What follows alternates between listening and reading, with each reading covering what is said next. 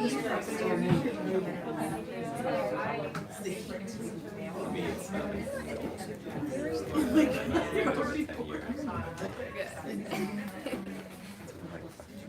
everyone! Thank you all for coming out tonight. My name's Christina and I'm the events coordinator here at Books Are Magic. Before we get started, I wanted to point out some logistics for how tonight's going to go. We'll be doing a hand-raised audience Q&A towards the end of the event, so start thinking of questions to ask now. After the talk tonight, Helen will be signing and personalizing books at the desk near where you checked in. We also have additional books available to purchase from my colleague at the register. If you're joining us virtually on the live stream, we'd love to encourage you to buy a copy of Pomegranate online using the link in the live stream description. It's my pleasure to introduce you all tonight to Pomegranate, a complex portrayal of queer Black womanhood and marginalization in America, a story of loss, healing, redemption, and strength. In lyrical and precise prose, Elaine Lee paints a humane and unflinching portrait of the devastating effects of incarceration and addiction, and of one woman's determination to tell her story. Elaine Lee grew up in Detroit, Michigan, and is a graduate of Harvard College and Harvard Law School. She's the author of 3 novels, The Serpent's Gift, Watermarked, and Pomegranate. Helen was on the board of PEN New England for 10 years, and she served on its Freedom to Write committee, along with founding and volunteering with its Prison Creative Writing program. She's a professor of comparative media studies at MIT. Helen will be joined in conversation tonight by Herrera Mulligan. Herrera Mulligan is an executive editor who's published groundbreaking fiction and nonfiction, including Free Centoya, White Feminism, and Against the Loveless World, a finalist for the Aspen Words Literary Prize. In 2020, she was named one of the top 100 most influential Latinas in the United States by Latino Leaders magazine. Let's all give a very warm welcome to Helen and Michelle.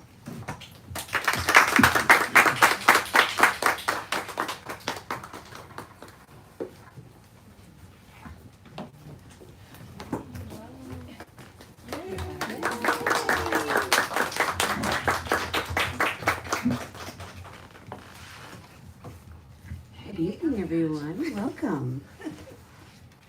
Hi. I love here. Former students, a couple former students. Oh my goodness, it's so exciting to be here today. Thank you so much for coming out this beautiful summer day. Well, couldn't be more thrilled to be here with Helen. I love this book. As I've told her and sobbed in front of her many times, it has had me bursting into tears in front of hundreds of people on our sales team. So I really just feel so touched by this story. And I just want to bring everybody here with us in the room and just ask you, you have such an incredible career, Helen, so many beautiful books. Why did this story feel urgent to you to tell now? Okay. Shall I read first? Oh, right. Go ahead. Sorry. Yes. I forgot that part. Sorry. Please, yeah, so you can get a piece of what this beautiful novel is. Go ahead. Yeah, so I guess the first thing I wanted to say is just that it's been a tough day, right? Feels like I'm filled with grief and outrage, and the Supreme Court has struck again.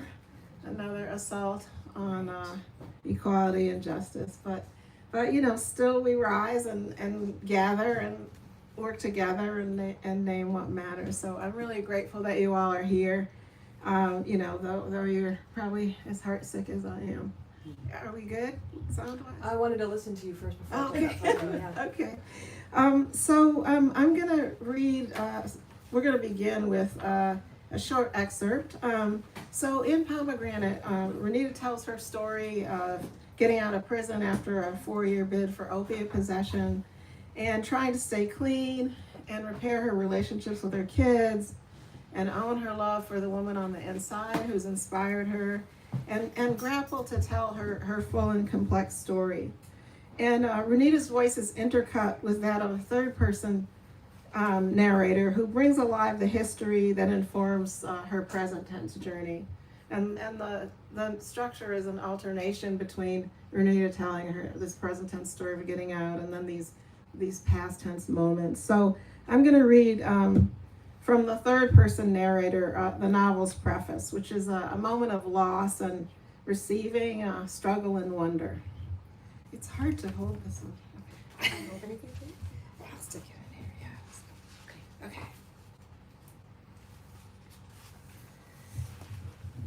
Mama was gone and not gone. She had disappeared into the hospital while Renita was at school getting tamed and stuffed with facts and equations, and there she lay, immobilized by tubes and wires. Renita had stood beside her hospital bed, watching the blue ventilator bag fill and empty, trying to understand how Geneva Atwater had been felled by something as tiny as a blood clot. She had seen her dying, and after the mourners filed past Renita at the wake, grateful for the phrase that helped them navigate the sudden woe, sorry, so sorry, so sorry for your loss, she had stood beside the coffin and stared at her mother, lying in its white satin folds like a parody of a fancy gift box display. The shiny wig Daddy knew she would have wanted, low on her forehead like a helmet, skin waxy and mouth pressed shut, eyes closed to her, for good now. She had seen her dead, but she heard her mother's voice in the back door alcove at the table in the basement, and now she would never please her, never tell her what she was keeping inside, never love her more than she feared her. A month after the funeral, she sat across from Auntie Jessie, picking at one of the casseroles the church ladies kept bringing. She'd brought a book to the table, which had never been allowed, but there were fewer shouts and shout nots now that Jessie had joined Daddy at the house until things eased up. He stretched out work as long as possible and escaped to go fishing on the weekends, and both he and Jessie tried to stave off the bloated gloom with food, encyclopedia facts, artificial cheer. Neither one talked about Geneva. Neither one asked Renita about her sadness. That was the family way, and what hurt kept haunting like a hungry ghost. She heard the front door open and close, and there was Daddy in the archway, smiling like a moonlighting jester, chuckling from his belly like he was launching a magic trick. He pulled a dented orb from a brown paper bag, and Renita told herself to smile. She'd seen photos and drawings of pomegranates, but not a real one. Where'd you get that, she asked, more edgy than she intended, and his smile wobbled. Your birthday getting lost in the shuffle and whatnot, I thought, he began. She looked away. Eclipsed was more like it. He put the fruit in her hands. There's no making up for what's past, but this here, it's got some surprising and wonderful news buried just inside. Expecting a whole lot of nothing, her fingers studied the scratched and ordinary skin. He said they should wait to open it. Sometimes waiting made things better. You hungry, Lennox? Auntie Jenny asked, getting him a plate and listening as he told about the engine repairs and paint restorations that had filled his day. She kept him chattering while Renita muted their voices in her head, turning the pomegranate to take in its flat and faded spots, pressing on the sharp crown at the top. And when she was about to get up and wait on something else, he said, let's open it. Renita peeled back the rind and pried the bloodshot gems from the spongy membrane that held the whole thing together. She was struck silent, awed by the wild design of it and by the little bursts of sour sweet juice from the seeds that turned her fingers red. There was a whole world, strange and crazy beautiful, underneath the skin. Layer on crooked layer of ruby crystals, and chambers like inside a heart.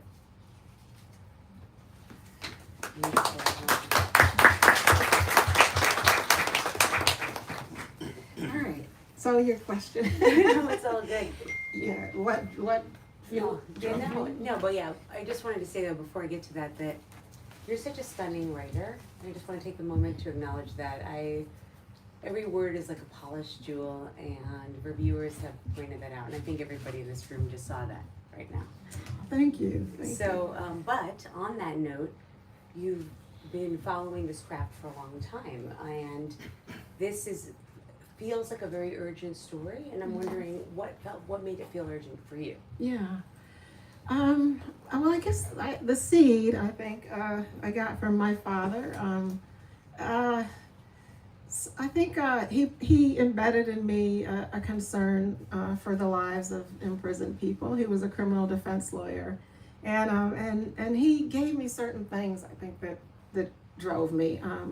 an understanding that everybody has a complex story that deserves to be heard, and that, you know, lots of people, especially our people, Black people, grow up without resources or options or choices. And justice is a fiction for some of us. So he embedded, I think, that sort of understanding in me. And the people he represented were not other, you know, they were not invisible.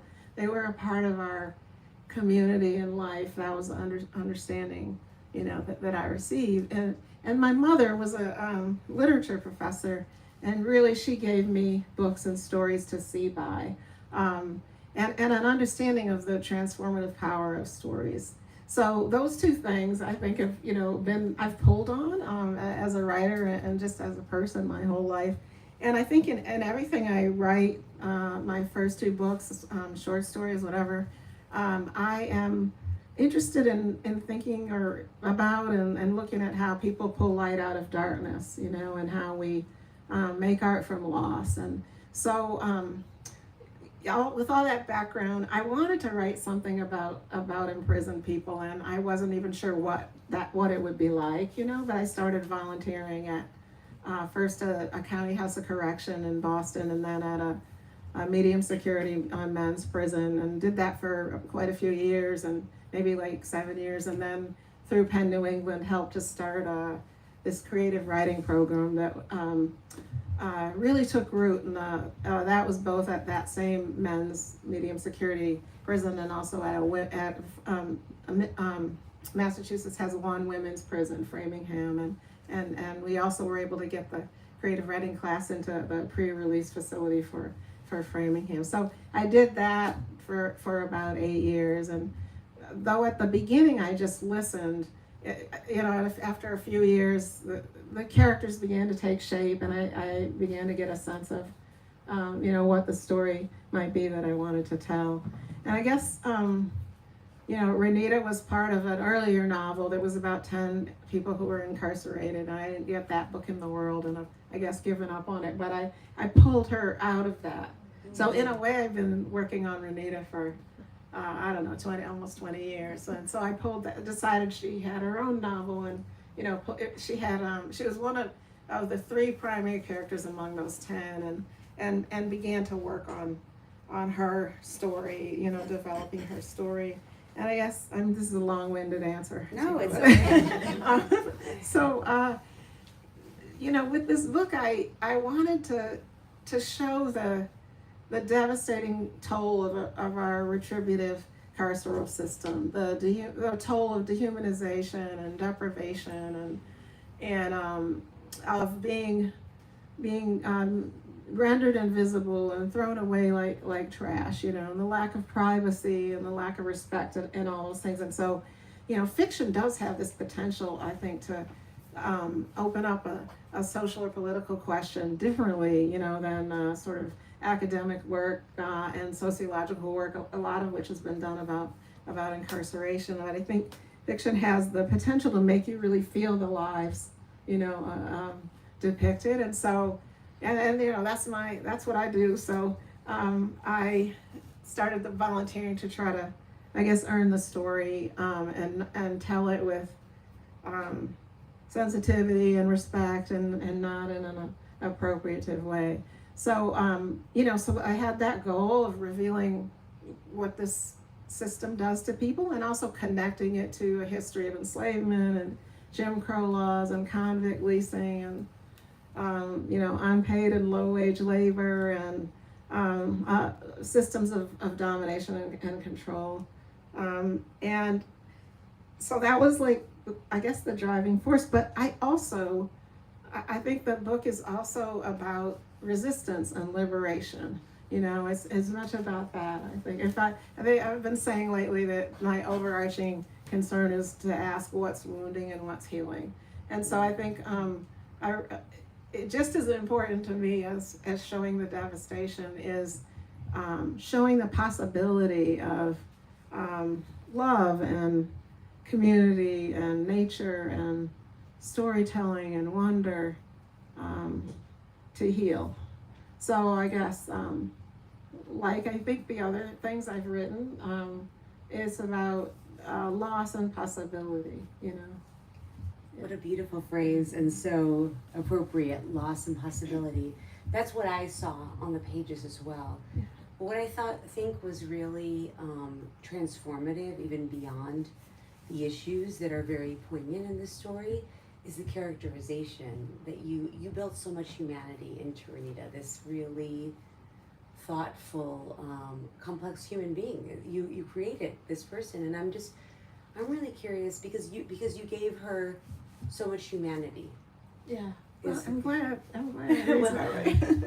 Well, I guess, I mean, it does to us, those of us who read, but we know that you, as an architect of storytelling, have to breathe that humanity into her, and you made her a book lover as well. Why was that important to you? Oh, well, that's one of those resources, you know, narrative stories, books. Books were, you know, like religion in my house.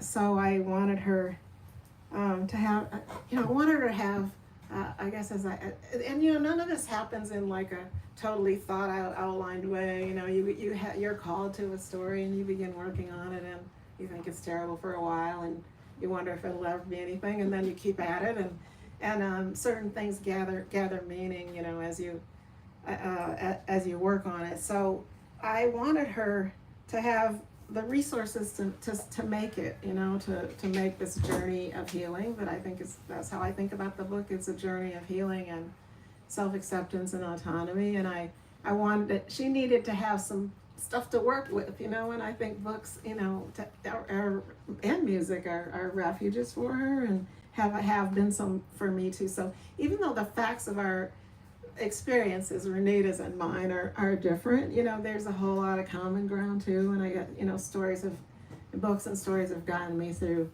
every difficult moment and been there for every joyful moment too. So yeah, I guess that's where that comes from. And also, you know, I think her voice as it came to me, it's, you know, there's a lot of me in her and her voice, but it also is kind of a literary voice, you know. So I think I felt that had to be supported by, you know, having loved books and been a reader. But I also met a lot of people inside for whom reading was the lifeline. Reading and writing were lifelines. I was so touched by that when we were working on editing the book, when you would share these really beautiful stories and this piece that you wrote about just the relationship between even accessing the soul and writing when working with folks that were incarcerated. Yeah. And I've remained very curious about that. Like, what was most surprising to you about that particular community in terms of teaching writing, or would be surprising to somebody that perhaps was not familiar? Yeah. So for that first experience at the county House of Correction, so that's a facility where people serve, or an institution where people serve up to 2.5 years, and at the one in Boston, there'd been it was like a revolving door kind of thing. People who, with addiction at the root of most of their crimes, had been in and out and in and out. So there was this therapeutic experimental community established, and I was one of many volunteers who took part in that. And I can't really say it was that I taught. I don't like to say I taught. I'd like to say I kind of led workshops or facilitated. But also, it wasn't, the literacy levels really varied, and it wasn't really writing there or at the next experience, this like 7-year experience at the medium security prison. It was, I think it was kind of about storytelling, you know, and thinking about helping people think about what has mattered in their lives and what is, you know, what's been important, what's driven them, what could be rethought and revised, all of that. So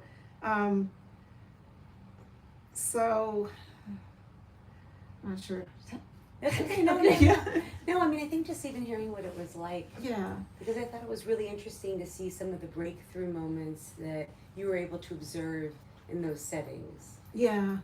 So I guess I have this piece that's on my website about that experience of volunteering in that way, and it's called Visible Men. It was in the New York Times Book Review like 10 years ago now, I guess, and And in there, I just talk about how expanded I was by being in community with these people, and also how watching them, raise their voices and put words. Once it became, in the second iteration, the pen thing, it was a more serious creative writing, set of workshops, and it was kind of surprising. We thought it would be therapeutic anyway. Writing is therapeutic, but the men were really committed to the craft of writing too, and some of them won awards from the Penn American Center contest, writing contest. So they were really committed, and there was just so much talent in there.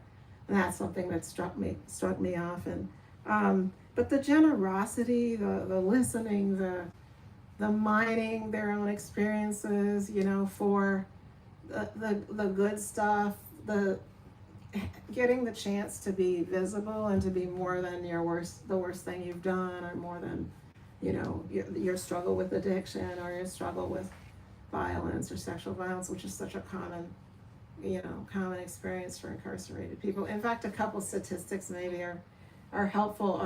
A Vera Institute of Justice study that was done in 2016 found that 86% of women in jails were sexual assault survivors. 86%, and 82% struggled with addiction, either alcohol or drug addiction, and also nearly 80% of women who are incarcerated are mothers. So those I think those statistics are really powerful. And anyway, to have this chance to bring your best self and to look back at your life, and in a way it's an act of revision, an act of recovery, because you get to another crack at who you are. And one of the things that ends up feeling important in the book is the understanding Renita gets, partly from her auntie Jessie, that we all have to choose who we're going to be, all the time, every moment, every day, over and over again. Mm-hmm. So I think the power of all that going on in these workshop moments, it really changed me. It was profound. Yeah. That's so stunning for all of us. It's instructive for everybody every day. Who am I going to be right now? Right. And speaking of that, that statistic that you just mentioned about sexual assault, what I thought was really interesting and nuanced about Renita's character in the book is that she didn't unfold like a stereotype in any way, just the things that she'd experienced. And I really loved, her experience with Lennox, her father. Yeah. And well, I guess first I'll ask one part and then I'll ask the second part. So the first part is that I found Lennox to be such a beautiful, fascinating character, and I'm wondering what your inspiration was for him and in his relationship with Renita. Yeah. Well, so I guess, back to that question of how am I going to give her the resources she needs, right? Yeah. Her father embeds in her, intellectual curiosity, and sort of practice of that, and connection to nature, and he really sees her. I think he can't. His flaw is he can't really hear the bad news or deal with the difficult and painful news, and neither can his sister Jessie. But he gives her some really fundamental things to work with, the way he loves and sees her, and codes of behavior, like the fishing code that he takes her fishing, and she catches this little fish and wants to keep it, and he, you can't keep it. We fish to eat, and this fish hasn't had a chance to get grown yet, and so he gives her codes like that, or how a code of connectedness to other Black people and a responsibility to your people. So he gives her a bunch of those things, and I don't know. I think my parents gave me those things too, I suppose. So you're drawing always on your own life in interesting ways. Yeah, no, I loved that.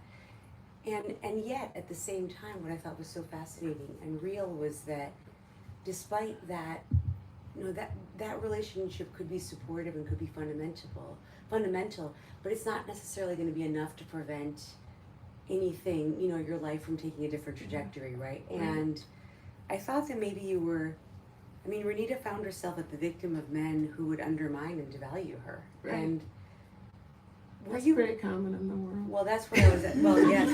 Well, absolutely. For anyone, but especially what I was curious about is that were you intentionally addressing the way Black women are considered in this world? Yeah, absolutely. Yeah, and bringing my own experience to that, I think, again, I didn't like sit down and say, now I'm going to show, what it's like to be a Black woman. I write out of that experience myself, I guess, and the intersection with Blackness and being a woman and being queer and the complexities and intersections of all those things. So yeah, I guess I wanted to show what her experience is like in that regard, and then in many ways, but also I know we've talked about how as I wrote, I got really interested in the body. What is the role of our bodies? What are the roles of our bodies in our lives, and especially for Black women? And so, I wanted to show how politics always get played out on Black women's bodies, and we are always either from the state or interpersonally subject to these efforts to dominate and control us and our bodies, and also the ways that our bodies keep a record of what and who we've been, and also I guess with respect to Black women, this seems especially important, that the experience of being looked at, exoticized and eroticized and judged and reduced and measured, and rated and all those things, that the experience of being looked at but not really seen. And that's part of what I think Renita's quest is to be seen, not with regard, with respect. And that's one of the things she gets from Maxine. Yeah. Well, that was a perfect transition to my next question. As you know, Maxine's one of my favorite characters, and I loved their relationship, and I truly loved how their conceptions of beauty and agency influenced each other. Yeah. And I was just curious, how did you conceive of their relationship initially? Well, it's a love, there's so many ways to talk about what a book's about. So I've talked about some of them already, what I was after, but I also think it's a love story, and absolutely. I wanted to say something about the possibility of love, even in the nth degree of deprivation, and the power of being known and seen.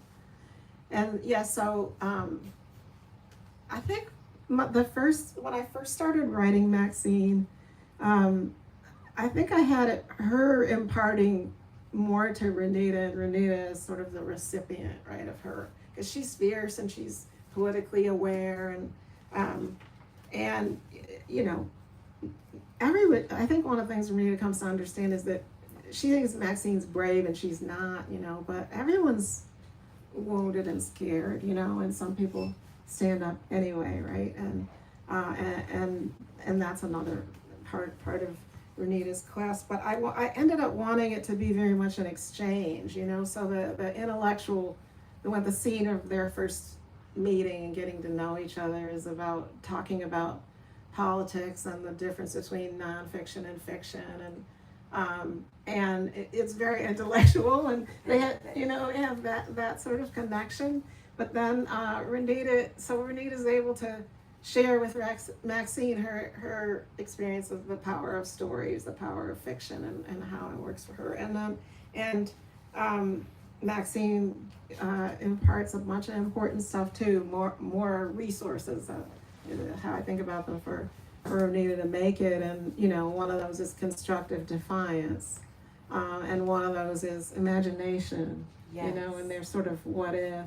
And then she has this practice that they then begin to do together, that's naming the beauty that's around us, the free things, they call them, the things that exist in the world that are not about class privilege or physical dominance or things like that are there to, they'll wonder, which I think is, to be in touch with that is healing to us. So Maxine gives her, a bunch of stuff, but she gives Maxine things too. I think they see each other, right? Yes, Yeah. and those just incidentally, those sections where she describes that beauty, even now, I'm like, every time I think about it, it just chokes me up and brings me to tears. It's truly stunning. So thank you for bringing that out for all of us, because it's also a resource. right? Yeah, So, yeah. but I wanted to also just sort of, I'm sure we're probably almost done out of time before we go to Q&A, but I wanted to ask you lastly, just sort of a simple question. You're such a brilliant writer, and I'm curious as to how do you sort of, what's your personal writing process? Like in terms of, I know you have themes that are interesting to you intellectually, but you also evoke very deep emotional and you just evoke deep emotions, Yeah. and you also bring real humanity to the page. And I'm just, how do you do that? and what's your routine like for writing? Just on a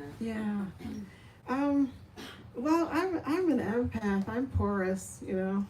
It's good for the writing and a little hard for the living, you know. You can say that again. You know? So like I'm always receiving like, I don't know, taking other people's feelings on and like, you know, feeling compassion, you know. And I guess I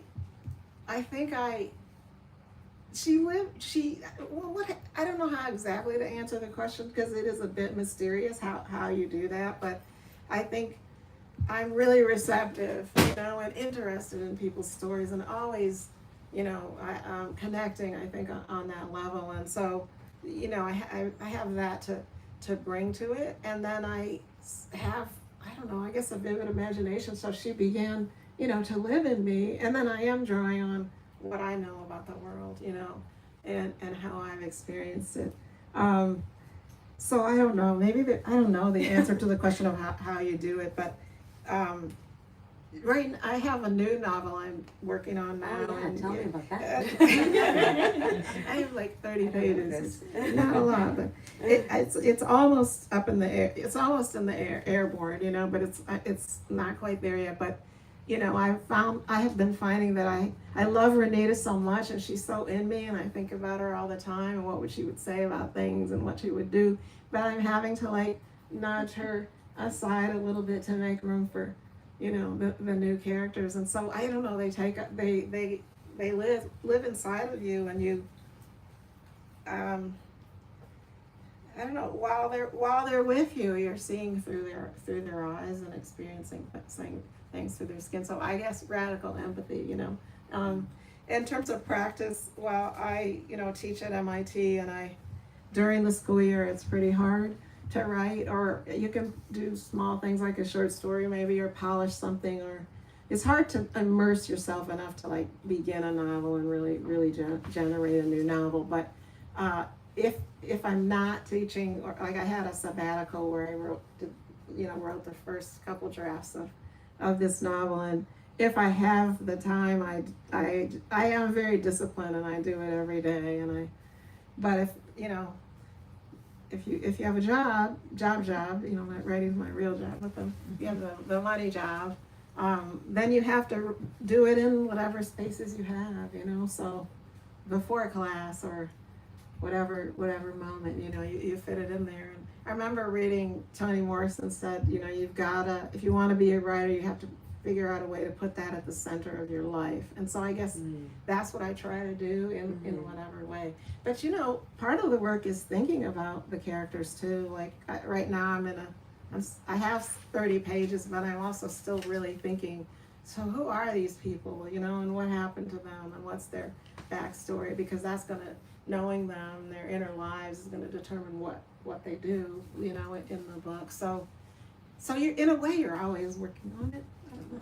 Yeah, it's kind of like percolating in the back of the mind. Is that, well, you're a writer too. Is that what you would say? Yes, I would say so. I mean, I think that you have to also know when your time is, right? Like mine, unfortunately, is at 3 a.m. and 6 a.m. But it's like, if that's what it is, that's what it is. Yeah. And you have to like allow it to take that space. Like, okay, take it, there it is. For you. Right? Yeah, and sometimes I think, I felt kind of uncomfortable with this in other years, but like for this book, you know, I was a little less prepared for class sometimes. Because this mattered more, you know, this mattered the most. They'll be all right. So I think we probably, yes, we're going to go to Q&A. So if anybody here has any questions they'd like to ask. Yes, Holly?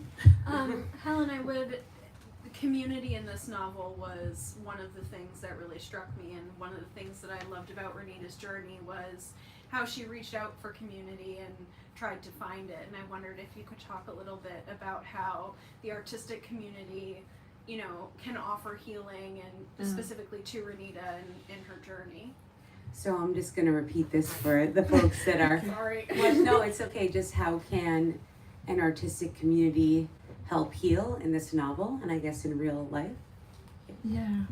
I mean, community is one of those forces. I think it has the power to renew, but it's not a simple matter either. Belonging, right? I think she's struggling with belonging in various ways. And one thing, Morrison is brilliant at talking about how communities are, collective groups of people have the potential to do something like banish the ghost, beloved. In that novel, they have the sometimes they cohere and support and protect, but communities are also about who doesn't belong, and they're also, exclusive by nature. So so Renita, she's had this sometime, not perfect, or I didn't want to romanticize it, but a community inside of women inside, who've sometimes supported and are there for fellowship. And then she's got her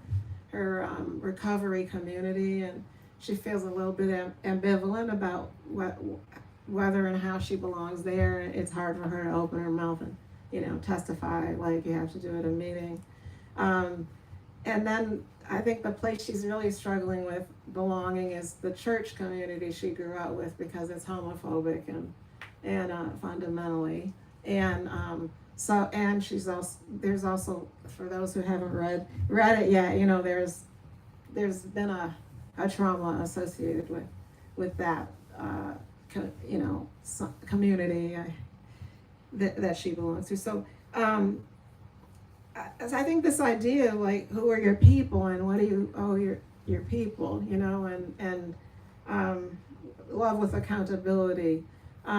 So she's struggling with some of those questions of belonging, and then ultimately, in terms of claiming her queer identity and figuring out what that means to her. Because Maxine is still locked up, but she's out and trying to figure out. So what does that mean? This is I've been loved right now, and what do I do with that? Like, what does that make me? What do I call myself? Those kinds of questions. And I think the book culminates with an attempt to see whether these are her people, the other queer people, that she goes to this open mic and wants to raise her voice, and you'll have to read it to see what happens there. But so there's the potential and the power, I think, of community, and but that's complicated, like everything else, I guess. Yeah, I know. It's good. Yes, ma'am. Hi. So talking about queerness and the queer identity, throughout the book, obviously she's, coming to understand her identity and what it means to be loved, as you just said. And at the end, she has that experience with her aunt where she's telling her and her aunt accepts her. And obviously her children are still like at the question of what's going to happen. Is she ever going to tell them? So why did you choose to start with just the aunt, and then also like you have the group of friends and the mic, but then also in her private life she's still kind of struggling, that kind of struggle? If you could talk a little more about that. Yeah. Sorry, Helen, I'm just going to read first. Okay. Sorry. So just for the folks watching, she's asking about why Renita, toward the end of the novel, comes out and has a conversation with her aunt about who she is, but why doesn't that conversation sort of carry over into other areas of her life? Yeah. Well, I guess, I guess a novelist always has the question, or struggles with the question of how much to wrap things up, right? How much to, of the story to, tie up, I guess. And I guess I wanted this to be like a 6 month, the 6 month period of getting out and the journey she makes then. And I want to suggest, I guess I still have to answer why I wanted to do that, but I wanted to suggest the possibilities for her, but not tie it up. I mean, I happen to think she will make it because she's got, those various resources that we talked about that to pull on,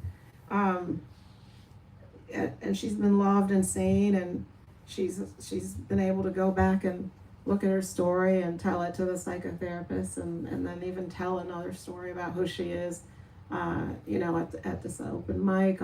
And that story is about being more than her trauma and more than her addiction, I guess, but also claiming those aspects of the past, in order to, the back and forth thing, her first lines are, I live my life forward and backward, and that's the structure of the book, and that's what's entailed, right, for the journey toward wellness, is the looking back and the synthesizing and sorting through and with the help of various people, Maxine, Auntie Jessie, the psychotherapist, Drew Turner.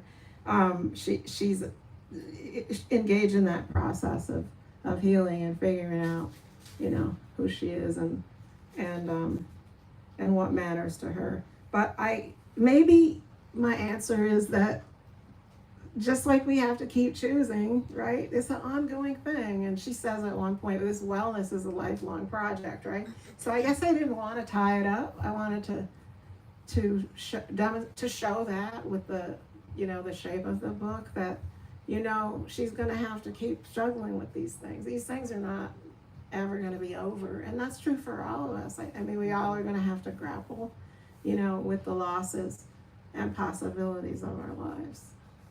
You can say that again. Any other questions? Yes. I was wondering if you could speak to what was really hard about writing the book and maybe surprising. Yeah. Okay, so we have a question about what was hard about the book and what was surprising.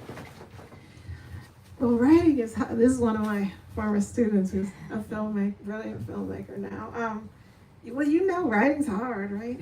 Every time you do it, it's kind of the hardest thing you ever did every time you do it. And also, I don't know, it's just what I do, but also it makes me feel more alive than anything else. I couldn't not do it. But so the struggle to revisit what you've done and revise, I guess I would say that was one of the hardest aspects of writing it. But also, I did a bunch of different revisions, and some of them, when I first embarked on them, I thought, I don't know if I can do this. It was reimagine the whole book, reimagine the shape of the book, go deeper, tell the backstory, tell the way the past informs the present story.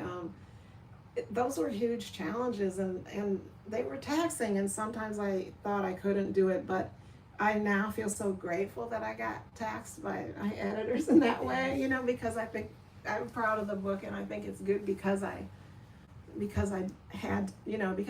that. I went back and tried to revise means re-see, and approach it in different ways and go deeper and go fuller, and then all of that process, I think, of re-seeing and revising was hard and is always hard. But I was taxed to do more of that with this book than my other two books, and I think that's why it's better, I guess. But also, I had to figure out the organization, and remember when figuring out the organization? Never will forget. What goes where, and I couldn't get a hold of it. I couldn't totally see it. And my son's a visual artist, and he suggested I do what painters do and sort of map it out, visually. And I tried that, and that helped, but that wasn't the total answer. And then ultimately, I returned to what my mother taught me about how to write a paper, which was with index cards.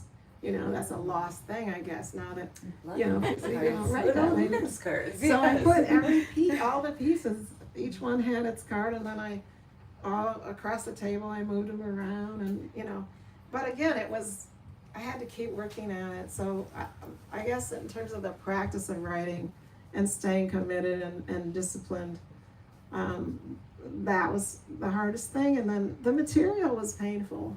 Yeah. And that was sometimes going there was really hard. And what I, drew on from my own life to go there, some of the things with Jasper, our experiences that are inspired by my own experiences, and maybe I hadn't, like Renita, you know, it was painful to look back, and I didn't really want to look back, but I did, you know, and that was sort of its own charm. So some of the aspects of trauma or the experience she has of being dominated and controlled by various people was really painful to write. And then the incarceration, you know, is dark. Some of it's pretty dark. So those things are really hard, and yeah, I guess that's my answer. Yes. Oh, 1 minute, sorry. Yes. Yes. First of all, I love the book. Thank And you. I love the fact that it's by you. And what I was curious about, because we knew each other way back a long time ago, Yeah. and I didn't know you wrote. Yeah. And so when I got The Serpent's Gift, it's just really a beautiful book, and I can even recall even now conversations in that book about miniature olives. Oh. It's just like, you know, parts of it really stayed with me over the years. So when I saw this, I was really, really happy. But what I'm curious about is, how did you get started? Even back in college, were you writing back then? Yeah. Yes. We went to Harvard together. So. Oh, wonderful. I always loved stories more than anything, and books more than anything. But I really didn't write until I was at law school, which was I guess I try to think of it as a detour instead of a wrong turn. You know, it was not the right choice for me. Yeah, It was a moment. yeah, a moment I paid for a lot of years. I understand. Yeah, but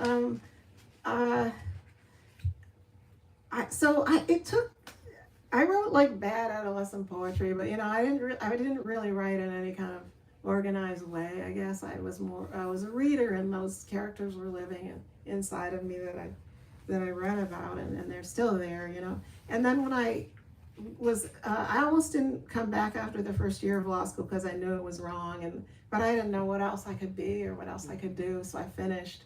But I was so unhappy at it that it made me really have to look inside and say, this is wrong, but what could be right? And so I wrote a short story as soon as I graduated, and that got published somewhere. And then I wrote some more short stories, and then a couple of those, along with some other, you know, threads I had going, I realized they were related, and those became my first novel. So I didn't really grow up like some people do, being a fiction writer. But I think that's what my mother always probably thought I should and would do. Yeah. Oh, that's beautiful. Yeah. Okay, well, it looks like we're out of time, but I just want to thank everybody for coming out to celebrate this stunning novel and Helen. Thank you. Yes. And thank you to Michelle for doing this conversation with me, and Holly, who is the publicist, the amazing publicist. So it's all things up. So. And Books Are Magic. Thank you for having me. Thank you, Helen and Michelle, for sharing this night with us. That was really beautiful. As I mentioned earlier, Helen's going to be signing at this doorway where my colleague is demonstrating right now. If you wouldn't mind lining up there. Thank you guys for coming tonight, and let's get another round of applause for Helen.